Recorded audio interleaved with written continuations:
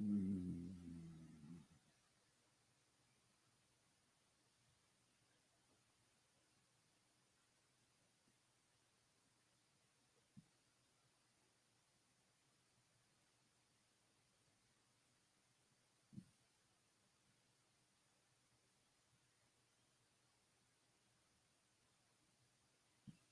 Okay, yeah. It should be showing up in your feed now, or should be showing up on your phone in some way.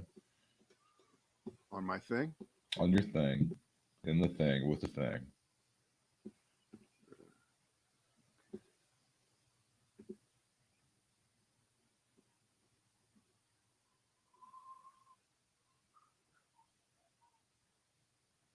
Okay, yeah. It should be showing up in your feed now, or should be showing up.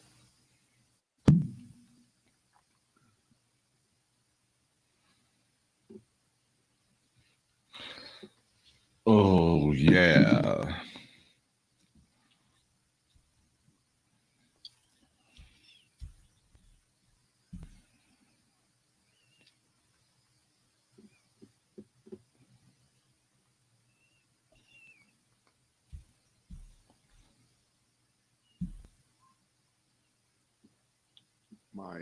My second shot got moved from next Saturday to Monday. There's a lot of studies out there about the second shot, and in some cases, they say that there's not a great benefit to taking it. Some studies have shown that. Oh, so well, when you get your first one and you get the opportunity to get a second As one, you can turn it down. as we talked about last week, I got my first one, so thanks for paying attention to that. And yeah, I could easily not get the second one. You go from 85% efficacy to about 92 or 93% efficacy, and some people go, that's not a great particular thing. It's not a great benefit.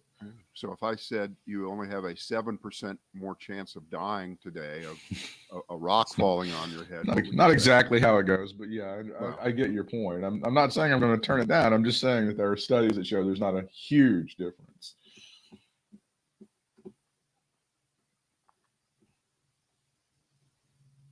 well, And then they had that Israeli study that showed even if you take the vaccine, your chances of not spreading it asymptomatically go up dramatically, which is good. I mean, there's just really great, and I don't understand why Donald Trump doesn't get a lot more credit for all this. boy, I'll tell you what, you're hitting the home run there. The Trump You're really, vaccine, as we were supposed to call it, to ease his wounded ego. absolutely. I don't know why he's not getting the credit. Well, I know why, because of the vast right wing, left wing, That's not working. Again.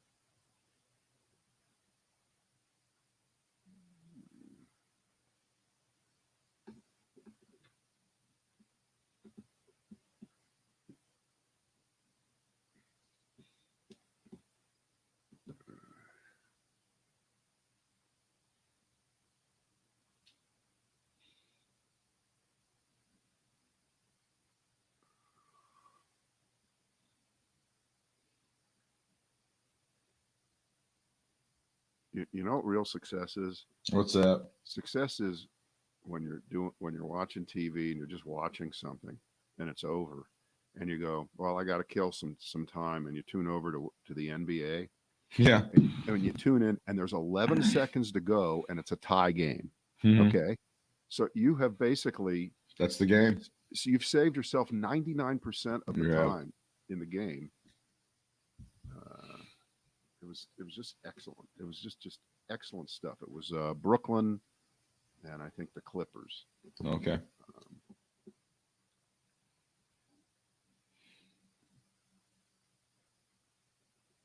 I think I got it. Let's see here.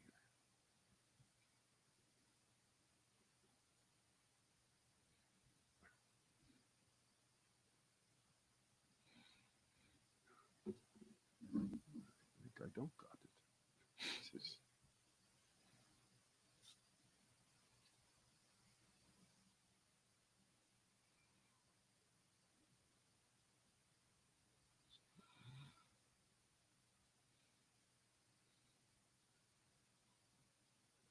I do got it.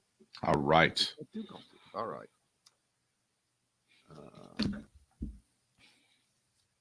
Should I get the music ready?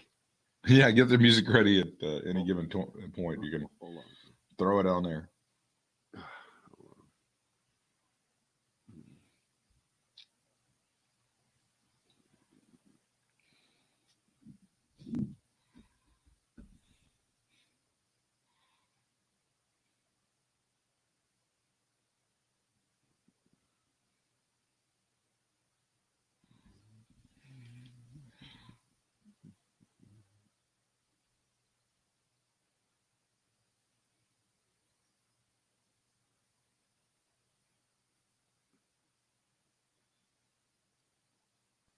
Oh, this is the remaster.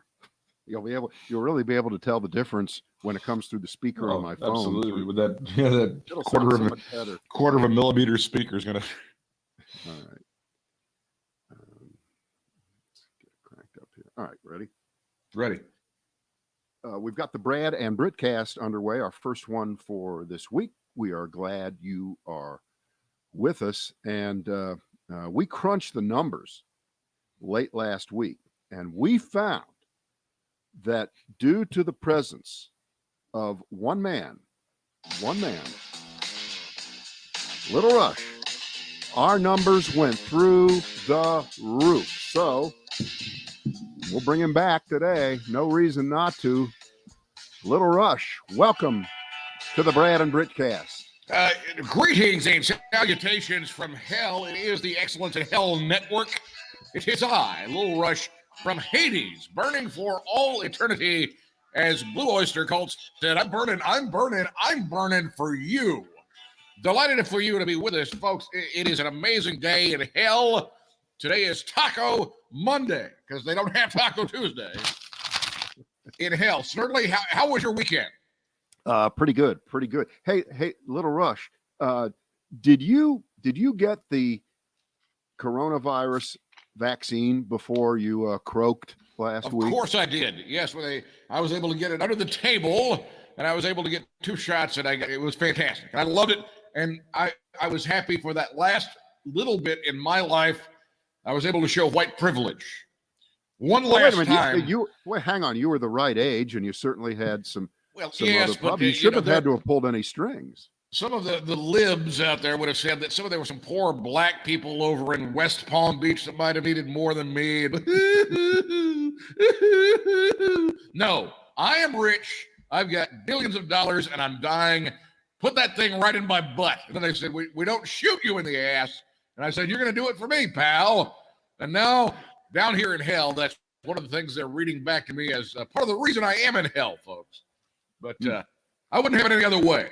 Now, did you have a comely young nurse put it in? Absolutely. She was fantastic. She looked a lot like Sofia Vergara. A younger, because Sofia Vergara, let's be honest, folks, a little old for Little Rush at this point. We had a much younger version of her. Give me that right in my tuchus. And if I may use the Yiddish term, folks, as I've always respected the Jewish folks, in my tuchus. And I enjoyed it. It was a fantastic experience all the way around. You know, and again, as I say, I would not have it any other way. When Donald John Trump, Donaldus Maximus, did his first dance with his wife Melania at the inauguration, you know what song they were dancing to there, Snurdly? I don't know. Something by Elton John? I don't know. It was not. No, it was My Way. It was My Way, and that's what I did with my life, is I did it my way, and now I'm being sodomized by terrorists in hell, and I'm doing it my way. And I wouldn't have it any other way, folks. That's how life works down here in hell. All right, we want to do a couple of quick hits here, and then when you leave, Brad and Britt want to talk about your either possible replacement or what they plan to do in your wake, which I see as the biggest broadcasting fumbled handoff since Johnny Carson became Jay Leno. But and I don't know whether you have any opinions on who would sit in the Attila the Hun chair behind the golden EIB mic, or whether they're just going to retire that and put it in the Smithsonian, or what they're going to do with it. Have you thought about that? I mean, do you care who's doing Almost anyone, as long as it's not that piece of shit Sean Hannity. I'm happy with almost anyone not named Sean Hannity to sit in that chair behind the golden microphone, folks. All right. Are you watching the Merrick Garland hearings in Washington? You know, he's the nominee for Attorney General, and the senators get their chance to speak, and he's going to get, and he's widely respected. I think he almost got a unanimous vote when he became a federal judge, and so no matter what's being said, it's going to probably roll off his back. They'll put him in. But Ted Cruz, fresh off of Ted's excellent adventure, whatever you want to call it, down to Mexico, he acted as if nothing happened. Don't even look at me. Don't even think about saying anything about this. I'm still Joe McCarthy's bastard child, Ted Cruz. Well, I just want to. I know you love him, but what he did was he attacked the Justice Department under Barack Obama and said that Eric Holder, who, by the way, was the first black attorney general, was so corrupt and was Obama's wingman, Holder's words, which came back to haunt him, but said that he politicized the Justice Department and irreparably ruined it. And he asked Merrick Garland what he thought of that. Merrick Garland said, well, I don't talk about, individuals in the past. And some critics, and I will allow you to, of course, speak the other side of this. Some critics are pointing out that there's just a little bit of hypocrisy when Ted Cruz forgets about the last 4 years under Bill Barr and Jeff Sessions in the Trump administration and how justice was handled there, the Justice Department. Your comments, sir? Well, first of all, I would like to say, some people are saying it's kind of unusual for a 50-year-old man, 50, to fly with his college roommates down to Cancun. I find nothing of the sort. I think nothing is unusual about that or strange in the least. So I wish people would get, and I'm glad that Ted Cruz has recovered.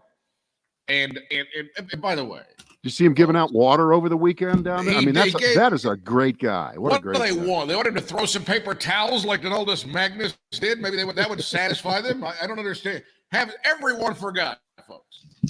Has everyone forgot? When Ted Kennedy drove that woman off of the bridge and then he went home and sunned himself for a while. I like to bring up the old Ted Kennedy stuff because nobody forgot about that. I mean, he paid a price for it. Well, he didn't go to jail, I like the current references. I like to go ahead and get those. I play the hits, even here in hell. I'm down here playing the hits, folks, while you're spraying your pits. So yeah, it's good that a man like Ted Cruz, can dismiss this bullshit from the left. That's what it is, folks. By the way, in hell, I have to watch these hearings on MSNBC. And I can't turn it. Really? There's nothing I can do. Fox doesn't come in to clear down in hell? Yeah, even the devil doesn't want anything to do with Fox News, folks. Even Satan himself doesn't want to have anything to do with Fox News. So I'm glad that Ted Cruz is able to recover from this nonsense that the left is trying to heap on him and put the blame where it belongs, back on a black guy. That is what we need to do, and that's Eric Holder, who is terrible as the worst as Attorney General of these United States. He hunted down conservatives and shot them in the head. I mean, figuratively. Figuratively, that's what happened. He lynched a bunch of conservatives, and I'm glad that Ted Cruz has not forgotten. Bill Barr. My God. Thank God Bill Barr was there to right the ship. The morale now in the Justice Department is just death, folks. What my sources are telling me, and my sources are, well, let's be honest, completely made up, that Bill Barr no longer being there, a lot of the folks who are career folks who have done amazing things in public service and prosecuting bad guys and going after Antifa, Are they depressed that Bill Barr isn't there to lead them anymore? Is that the problem? Demoralized, guns to their heads, which is exactly where the left wants them. That is the only. See, this is the thing, folks. The only thing that the left believes in, as far as the Second Amendment, and do not doubt me. How long has it been since I threw that phrase in there? I like throwing that one. Do not doubt me. They only like the Second Amendment when it's a conservative putting that gun in their own mouth and then pulling the trigger.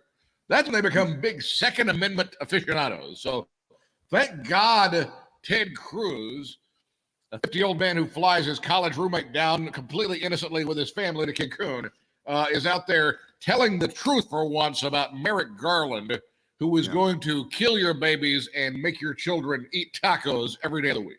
Right. I mean, I'm surprised you don't label Merrick Garland as a failed Supreme Court justice nominee. Absolutely. He just couldn't get it done. Right? He was rejected by the United States Senate. The record shows this, folks. Of course he was. They gave him an up or down vote, and he failed. Right. And everybody knows it. And now they're trying to do another. This is another failed attempt by Biden to have Obama administration too. All right. That's what he wants.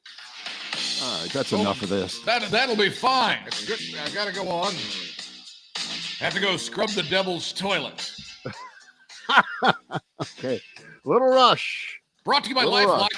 LifeLock, go ahead and protect the shit you have today from black folks and use the promo code Little Rush in Hell. Get 20% off your first order. That is LifeLock, folks. All right, kill the music. All right. Sorry. Say what you want to. The guy still does a hell of a live read. I don't give a shit what anybody says. Am I right? Yeah, I mean, the guy, it's a hell of a live read, even afterwards. So I had a little email, a text message, exchange last hour with our old friend Holland Cook. Okay. Radio consultant to the stars, including us at an earlier point in our life, and he's still in the business, and he's on TV these days, working for RT, the Russian TV, where Larry King and Holland Cook were stablemates there the last few years, and he has a show. Anyway, he still writes all about radio, talk radio, consults people, tells them what to do. I read his stuff from time to time. Yeah. Right. So he weighed in about the successor to Limbaugh on radio stations across the country, or what are they going to do? And I sent him a note. I said, how could they not know? How could they not have a plan in place? How could you knew this was coming? In fact, and here's some behind the scenes stuff about Brad and Britt that you may not know. We may have mentioned it once or twice. But when we were last hired for radio jobs together as a team, in the year 2012, in Charlotte at WBT, which was already just a right-wing harangue of a radio station, just off the cliff. They'd had Limbaugh on from noon to 3 for 20 years at that point, whatever it was. They turned over their total identity to Rush Limbaugh. If you walk down the streets and say WBT, most people, that's the Rush Limbaugh station. That's correct. Which is exactly what Rush Limbaugh wanted, right? He wanted that all over the country. He just wanted to be the identity of the station. And people were willing to do it who ran radio stations and companies because he apparently, supposedly made them money. There's a lot of debate about that. We don't have to get into that. Because sometimes the guy himself makes all the money, but everybody else is sort of left holding the bag. But I believe the term in the industry is lost leader. It happens in several industries, as a matter of fact. All right, but for the sake of the argument, this was the Rush Limbaugh station in Charlotte. So they hired Brad and Britt, two well-known libs, to come in at 3:00 every day after Rush got off the air and balance out the radio station ideologically just a bit, because they thought that it would be more attractive to advertisers to not have a one-note band, just an appeal to certain. And a lot of people didn't want to advertise on the Limbaugh show. What is that called? A no advertising directive? Or nobody wanted. They just, I don't want my commercial on this show. I don't want it on there. Even if you sponsored like a traffic on the station and the thing would have a liner, they didn't want it. They didn't want that during those 3 hours. Right. So they hired with that idea, and it took about 2 days of us being on the air for them to get cold feet and regret that they hired us, because they were weak-kneed, lily-livered Yeah. pussies Yeah. who did not do what you hear about legendary managements doing, which is standing up behind their employees, sticking with their plan. Do you remember what the guy said? The Standing guy up said for- to you, he goes, I'm not scared of the listeners. I had Howard Stern on in Philly. I don't understand. What are you talking about? Do you Right. remember he told you that Right. as they folded like a fucking tent? Right. So they very quickly decided that it was just the easiest thing to do, just the simplest way to leave the identity of WBT as a Rush Limbaugh station, just leave it alone. And it took them 2 years. It took them 2 years to flush us down the toilet completely. Yeah. So we made a little money in the meantime and Sure. and moved on. And so by 2016, here we are doing the podcast, and the station and lots of them around the country did the same thing. They just stuck with the Limbaugh right-wing talk radio thing. But remember, we're talking a long time ago. People were already starting to think about, what are we going to do? Limbaugh will not live forever. Will not live forever. What are we going to do? And it was just kick the can down the road, right? There was no real serious thought that was Exactly. given to it. So here they are at that moment. Limbaugh's dead. Yeah. And the best that the people who own the show, the company, have come up with is, we're going to run the best of Rush seemingly forever. And we're going to have the people who've been guest hosting when Rush has been sick or been on vacation. We'll have them come on and introduce film clips, in effect, little clips of his show. Because since there's 30 years in the can, why would we waste that? Why would we? He's spoken about every possible subject ever. I can't wait.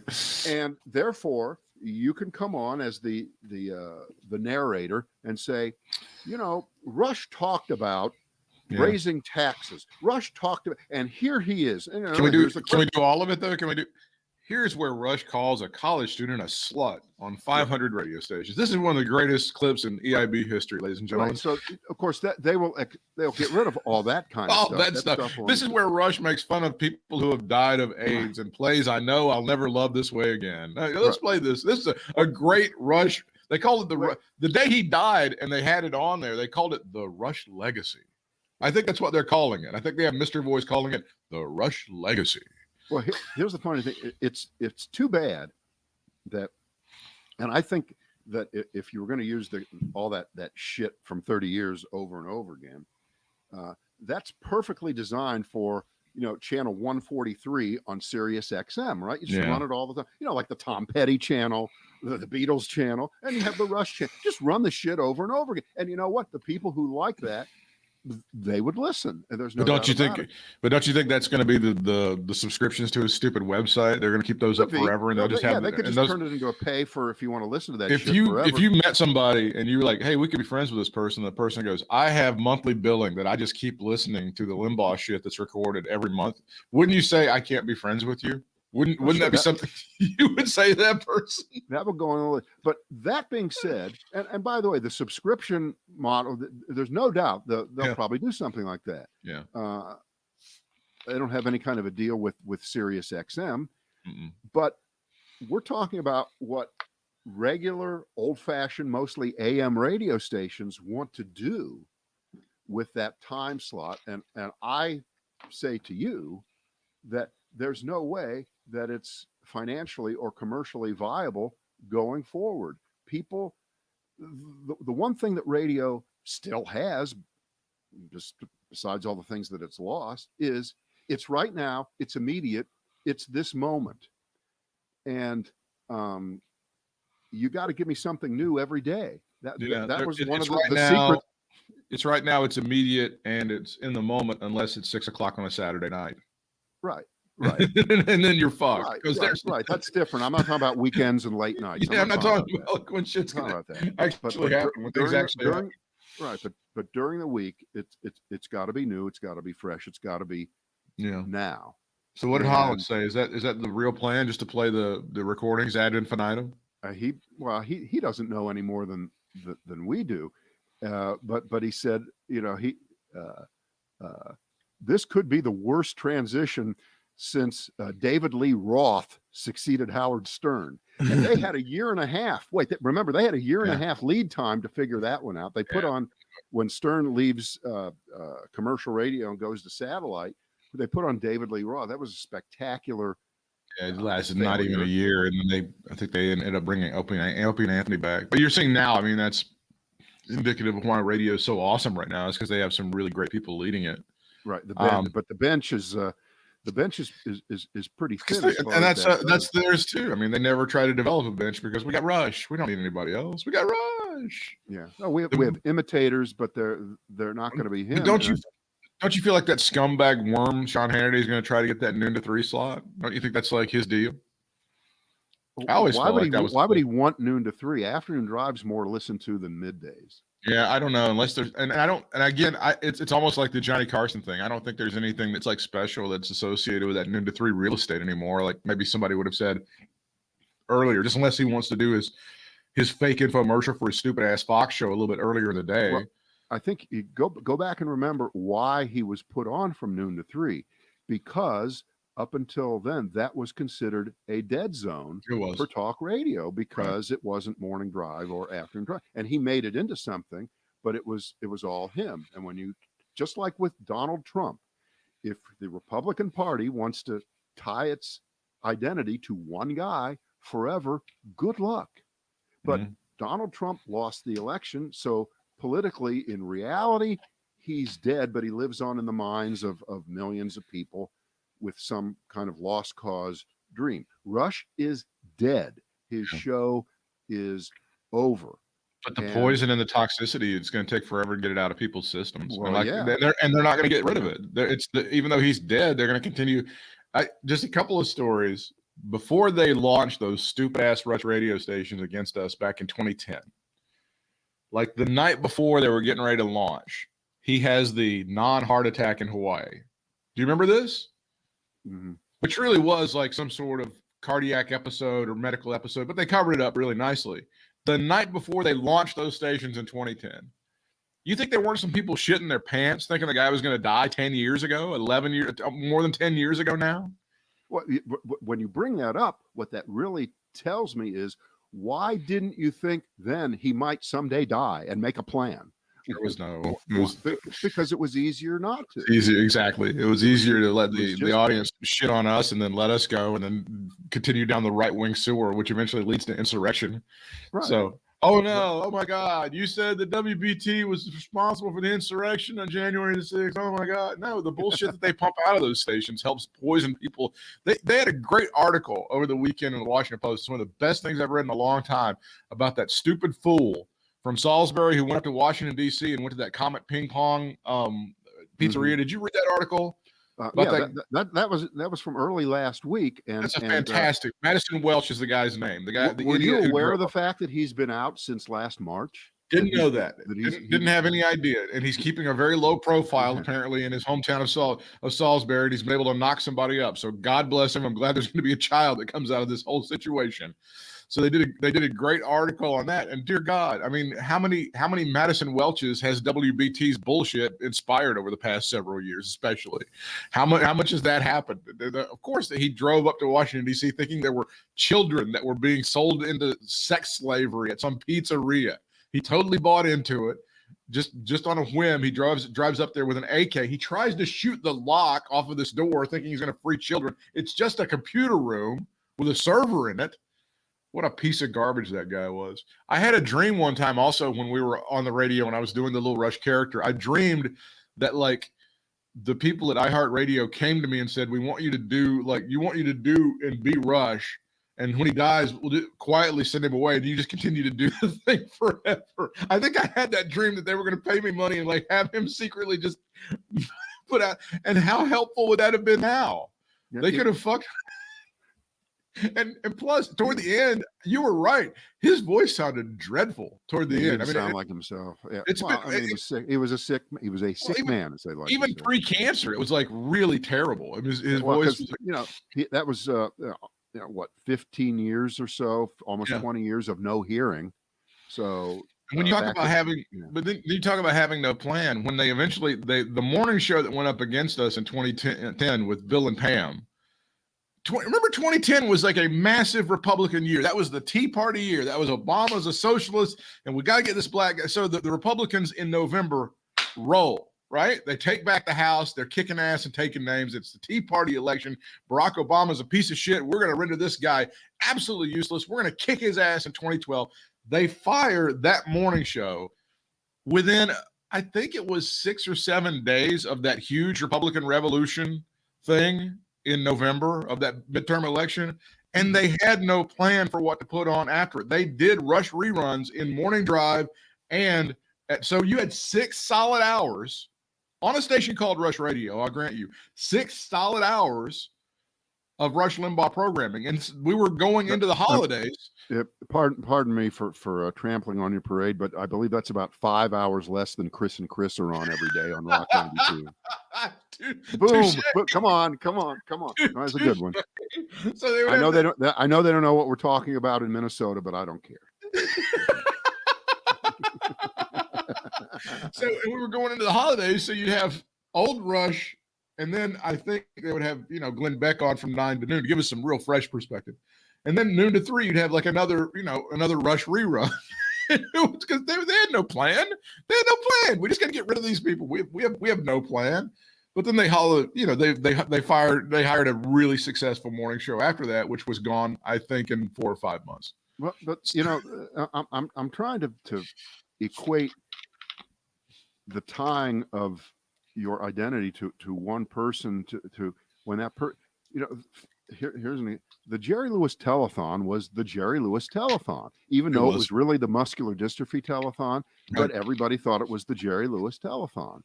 And Jerry got old. They fired him. They got rid of him, and somehow thought that they could continue the muscular dystrophy telethon. You know what happened? It just faded, and stations weren't running it anymore, and it kind of went away. So you get this double-edged sword.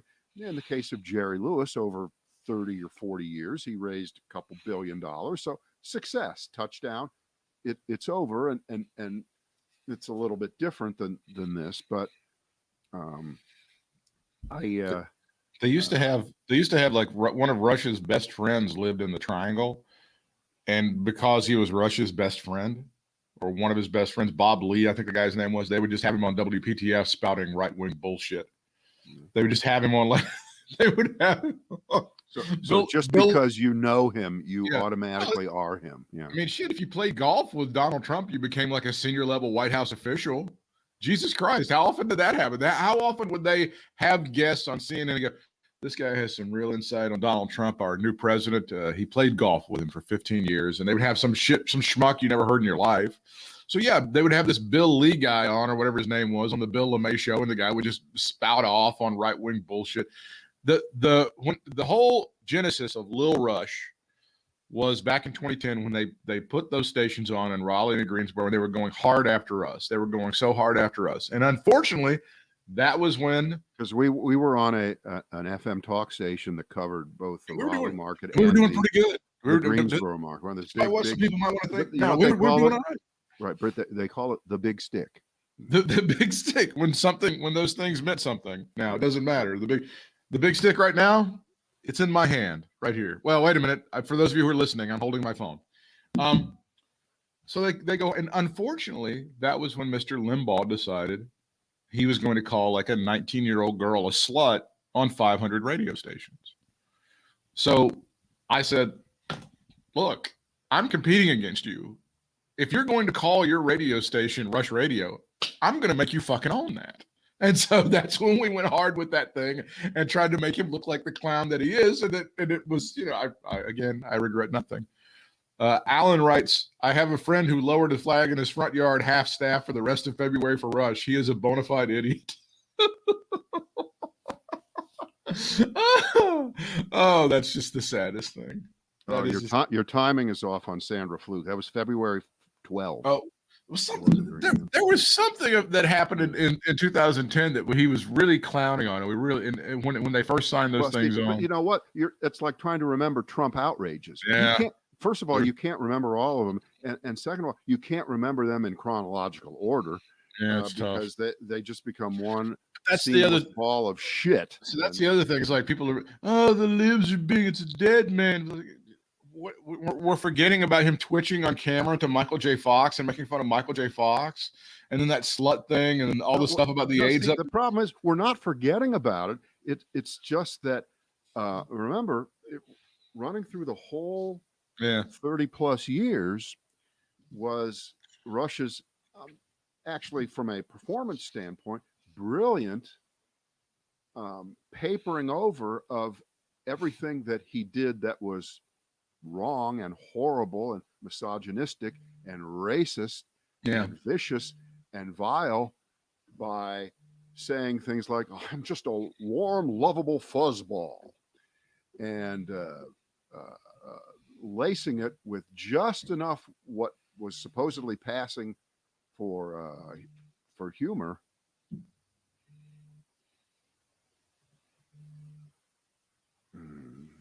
Hang on, I'm getting bombarded here. Just a moment. There we go. You okay now? I'm good. Okay. Sorry. He was the original libs have no sense of humor guy. Mm-hmm. And so, or I'm just entertainment. No matter how bad a thing he was doing, criticism would be met with, well, I'm just an entertainer. And of course, when you would say, you're a clown, you're just an entertainer, that's what drove him crazy, because he was not taken seriously by all the people that he used to trash.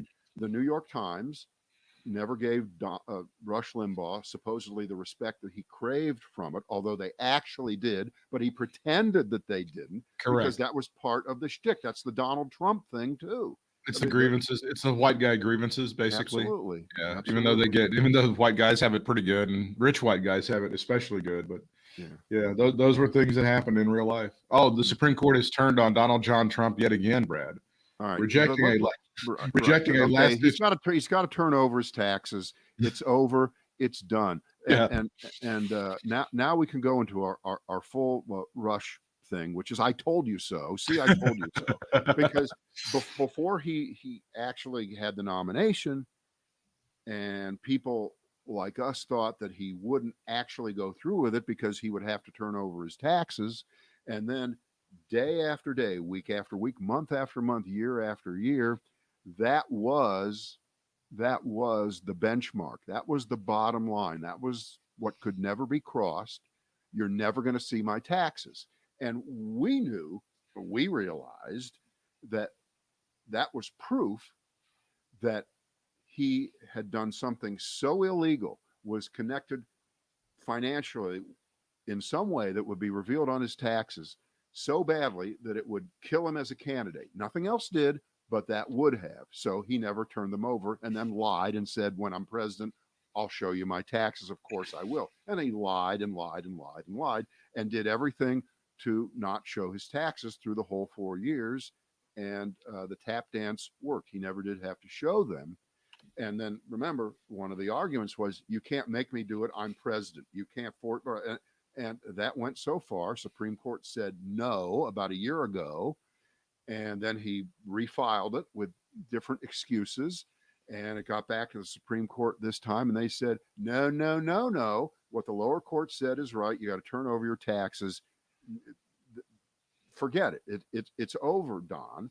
And I'm pretty sure that when the prosecutors in New York see those tax returns, they're going to be golden. They're going to destroy him. That's it. Because why would you go that far to prevent everyone from? You're a rich guy. Warren Buffett will show his taxes. Lots of rich people show that. Every other candidate showed their tax, and he wouldn't. So there has never been a doubt. Has you ever had a doubt that was it? That was the one thing. It would either show what we just talked about, connections to Putin or something of that sort, or he really doesn't have very much money, and he really can't afford not to just fundraise forever because he doesn't have the cash to fund his lifestyle without fleecing other people, or a combination of those two things. And the Supreme Court decided not to throw this decision out there in October. And by the way, had Trump won the election, what would that Supreme Court decision have been today? Would they have done exactly the same thing? No, but wasn't the idea that would he have been able to have still hit? Yeah, Would he that's still why he been able wanted to hide win. behind the fact he was president? That's one of the reasons he wanted to win, to protect himself from that sort of scrutiny for 4 more years. That was their ruling. So now that he's not the president, there's no vast interest in shielding, publicly his tax returns. Which there really wasn't to begin with, but okay, we'll play along, Alex, for 200. Bullshit from Trump for 200. Once again, all these great people that owe their careers to Donald Trump, like Amy Coney Barrett and all those folks, Neil Gorsuch, they've turned on Donald Trump. These people don't understand. They're supposed to pay the master back. Right. That's because that's how you're supposed to rule when you're on the Supreme Court, in favor of whoever nominated. Of course, we know that. Hey, by the way, I have an observation. I had the kind of opening observation that usually kills the podcast, but I decided not to do it today. Okay, good. You ready? Here it is. Here's my just pointless, irrelevant. Pete Davidson as Andrew Cuomo owes its beginnings to Joe Piscopo as Sinatra. It's the same imitation. Think about it. Did you see Pete? By the way, I thought it was pretty damn brilliant. It wasn't up there for a long time. Didn't say a lot, but I thought he nailed it beautifully. But it's just so much reminded me of that Jersey, obnoxious New York Italian. That's true. Sinatra that Joe Piscopo did brilliantly, 45 years ago, whatever the hell, 40 years ago. See it lands with a thud now. I know, but Donald John Trump will proclaim he is still in charge of the Republican Party and is the presumptive 2024 nominee when he makes his appearance in front of the CPAC coming up this weekend. Of course, Trump's keynote address at the Conservative Political Action Committee conference on Sunday, Brad. And we all recall that great speech that Rush Hudson Limbaugh III gave many, many years ago at the CPAC, where he jumped around like a giant whale. This will be a show of force, and he will remind Republicans he still has control of the bully pulpit, even if he's not in the White House, according to Axios. I may not have Twitter or the Oval Office, but I'm still in charge, will be Trump's message to the group. The website reported, citing a longtime advisor. I think I even heard one guy say that, well, if he still had Twitter, he wouldn't have to be at places like CPAC. He wouldn't have to make speeches like that. So it's really Twitter's fault that he doesn't have the platform anymore. Boy, that's thin. Well, that is the thing. So the headline should be, even though I don't have the bully pulpit anymore, I can still be the bully. Oh, the bullshit bully. I don't have the pulpit anymore, but I'm still the bully. I said this a lot of times when he was in office. They're never going to be able to escape him. And I love it. And it's not only that they're not going to be able to escape him, most of them don't want to. After Kevin McCarthy talked to him while people were trying to murder Kevin McCarthy on January the 6th, and he had to do you know who the fuck I am? He had to say that to Donald Trump. He still, after Donald Trump was out of office, flew down to Mar-a-Lago to kiss his ass. Even after all of that, all of these people, the only one that's really showing any backbone, and it's just the barest amount, and that's McConnell, and McConnell still voted the wrong way on impeachment. Everyone else is driving hard to the hoop on Donald Trump. I think you're confusing they still want to do this. Okay, they go back. Everybody hates Trump, Britt. They all hate him. Why do they continue to kiss his ass? Why do they continue to kiss his ass and try not to piss off his voters, Brad? Well, the second part of your sentence. They don't really like Donald Trump. They don't like Trumpism, but when you have whatever percentage of that party still enthralled with everything that Trump says, and he's going to make it apparently 10 times worse next Sunday, right? He's going to keep pouring the cement and letting it dry and making it more difficult for anybody to be independent of his craziness and the insanity. I assume that this is going to include, I won the election. I'm still there. I guess at the center of your bingo card for what Trump is going to be talking about next weekend is March 4th. Yeah. What do you think? I mean, is assume- there any reason to think he is not going to call the troops to arms again? And by the way, I saw something. I think it was even last Monday morning, first of the week, last week, and I took the bullet for us on Fox and Friends, God bless you. or it might have been Fox. No, it was Stuart Varney. It was the Australian guy on Fox Business. Who's That really is a bullet and a half. That's a bullet and a half. And, that's a channel that, of course, it's not really a business channel. It's just, Fox Light. Okay. That's all it is. It's just ESPN2. That's Right. all it is. It's Fox 2. And the first thing that comes out of his mouth is showing all the fencing, all the security around the Capitol right now. And his commentary going into the commercial was, it's unbelievable how much money is being spent on this security, and no one knows why. Why are the Democrats doing this?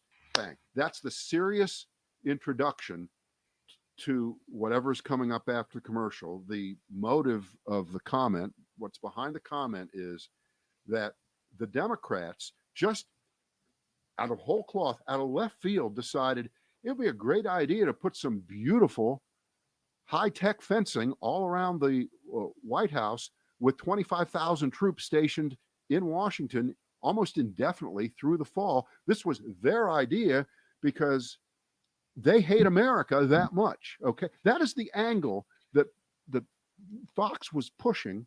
I've seen a lot of people. Yeah, I've seen a lot of people. Right. It has nothing to do with the fact that Donald Trump inspired an insurrection where dozens, hundreds of them almost were killed, and the building really is ground zero for QAnon conspiracy theorists and others. It can happen again. All he's got to do is wave his hand and get those people out, and they'll do it again. But just think of the attempt to turn that around into why would the Democrats want to spend billions of dollars and 25,000 troops in Washington? Why are they restricting our freedom? Why are they doing that? The Democrats want to make Washington, D.C. look like Beirut, and they're just doing this to make people look bad. The country cannot move on unless they take down these barriers and get these troops out. I think unity in that fencing, right? Yeah. I think that's their actual argument. I think it really is. We have to move on. It's like if the guy hits his wife in the nose, we can't move on unless we get that stitched up and maybe get some plastic surgery to get rid of that scar. You and I will not be able to go on as a couple unless you get that fixed. I mean, that's kind of what they're saying, isn't it? Actually, it's not possible to think of.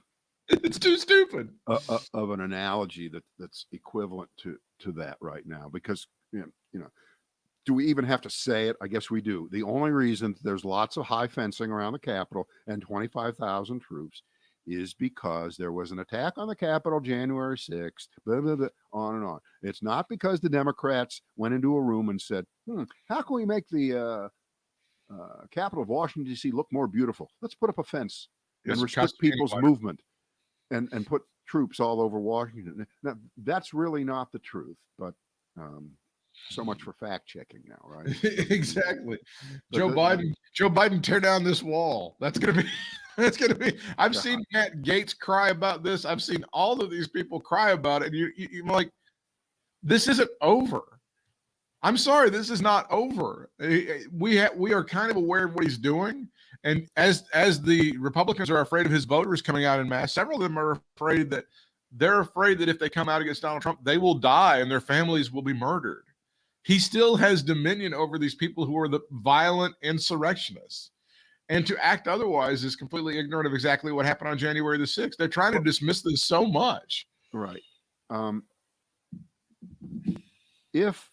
And I think this is happening right now, you have a couple hundred people already arrested and several hundred more people who are going to be arrested and prosecuted.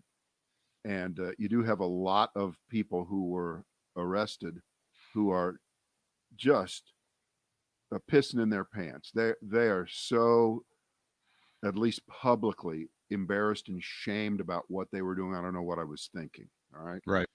How much, because, we don't want to think that we are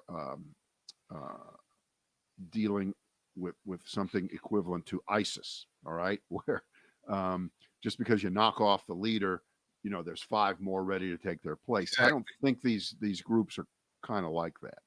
So if within the bounds of the law, people are arrested and held accountable, and the majority of them, I think, are going to say Donald Trump made me do it, inspired me to do it. However, a lawyer who is defending one of these people is going to put it, and I'm sure they will have very, very creative ways to connect Donald Trump to January 6th, even if the Republicans in the United States Senate decided not to do that.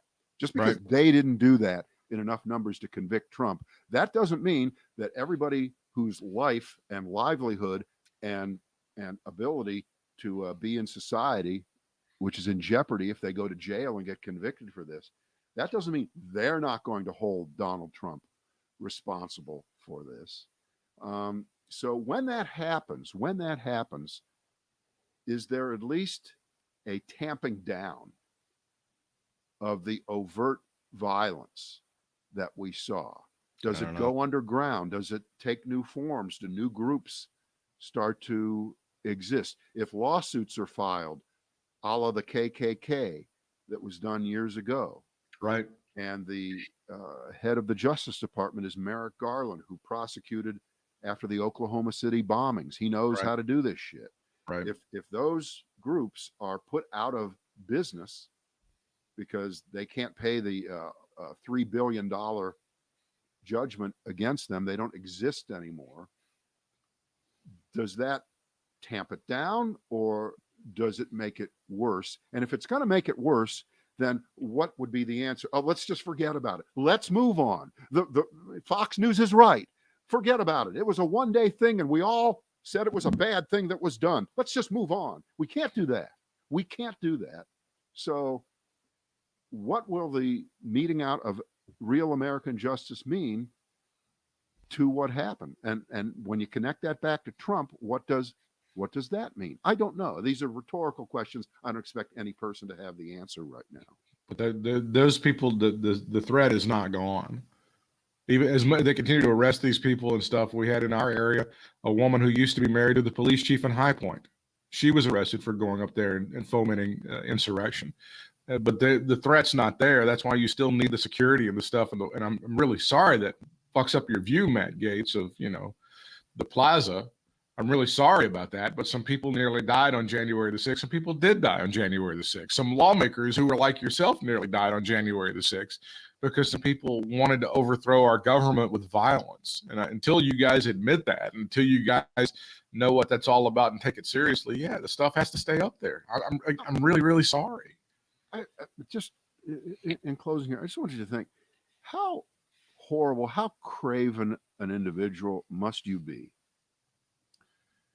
to want to trade your life for your job?